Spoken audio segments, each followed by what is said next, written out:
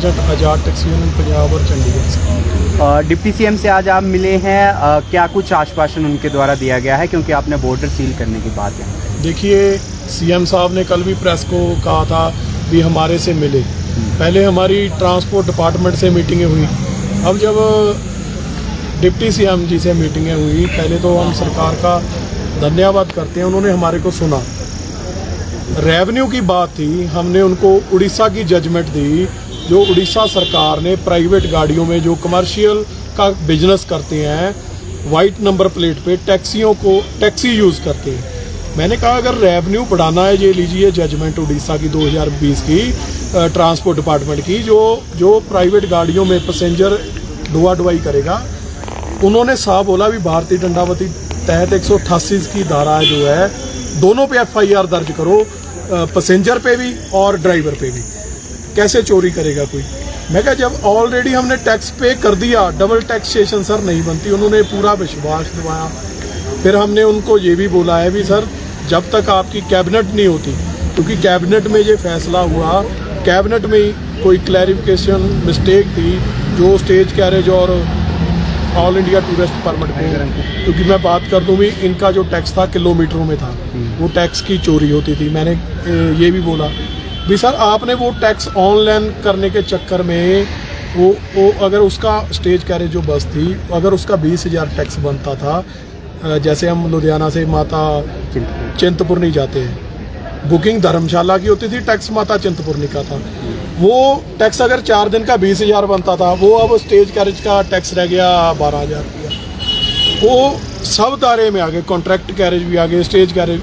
और उसके बाद मैंने जो उनको ये भी क्लियरली हमने बोला, अगर कोई राउंड ट्रिप कर रही है ऑल इंडिया टूरिस्ट, बॉन्ड करो उसको, चलान करो उसका, उस पर बनती कार्रवाई करो। लेकिन हमारा इशू जो है, जो 12 सीटर 13 सीटर टेम्पो ट्रैवलर है, 17 सीटर हैं, 20 सीटर हैं, हम जाते हैं आते हैं, A से B जाते हैं, B से फिर A आते हैं, हम कोई टिकट नहीं देते। हमने यही साहब से बोला, उन्होंने कहा भी आपका मुद्दा नहीं था। उन्होंने बोला है हमारे को भी ठीक है, ये नोटिफिकेशन पे जरूर करेंगे, वापस ले लेंगे। अब जो चेतावनी आपके द्वारा बॉर्डर सील करने को लेकर जो है दी गई थी 15 तारीख तक, अब बॉर्डर जो है वो सील नहीं करें? देखिए, पहले तो चेतावनी मेरी तरफ से नहीं दी गई थी, तमाम वो यूनियन थी जिन्होंने आज़ाद टैक्सी यूनियन को आगे लगाया हुआ था, चाहे वो पंजाब था, चंडीगढ़ था, हरियाणा था, दिल्ली था, सबके साथ करना था हमने। जब हमारी बातचीत चल रही है, बातचीत हुई है, ठीक है जी, हम तो पहले दिन से बोल रहे हैं भी हम काम करने वाले लोग हैं, रोज़ कमा के खाने वाले गरीब लोग हैं, ये हमारे को संघर्ष करने पे या मजबूर ना किया जाए। जब टैक्स पे कर दिया, पहले तो अपनी स्टेट को दे दिया, उसके बाद सेंटर को दे दिया, सेंटर शेयर भेज रही है भी, और कहाँ से टैक्स दे दें, डबल टैक्सेशन कहाँ से करें, ये बात है। अच्छा, एक हट के सवाल है, ये जो ऑनलाइन ब्ला करके जो है एक ऐप से कार बुकिंग होती है, प्राइवेट के जरिए जो है लोग उसको इस्तेमाल कर रहे हैं, उससे टैक्सी यूनियंस को जो है कितना नुकसान जो? देखिए, आपने ब्ला की बात की, 2020 में मिनिस्ट्री ऑफ रोड ट्रांसपोर्ट ने, मैं वो भी पॉलिसी अंदर दे के आया हूँ, मिनिस्ट्री ऑफ रोड ट्रांसपोर्ट ने सभी स्टेट्स को एग्रीगेटर पॉलिसी जो है 2020 वो लागू करने के लिए कहा। 2023 चल रहा है, ना पंजाब ने पॉलिसी लागू की, ना हरियाणा, ना हिमाचल ने की। जो ऐप कंपनियां हैं, सेंटर तो बोल चुकी है इन पे शिकंजा कसो। अगर ये हिमाचल की गवर्नमेंट कोई एग्रीगेटर पॉलिसी बनाती है, वो ऐप कंपनियां बंद हो जाएंगी, अनलीगल कंपनियां हैं ये, इन पे शिकंजा कसा जाएगा, बंद हो जाएंगी ये कंपनियां।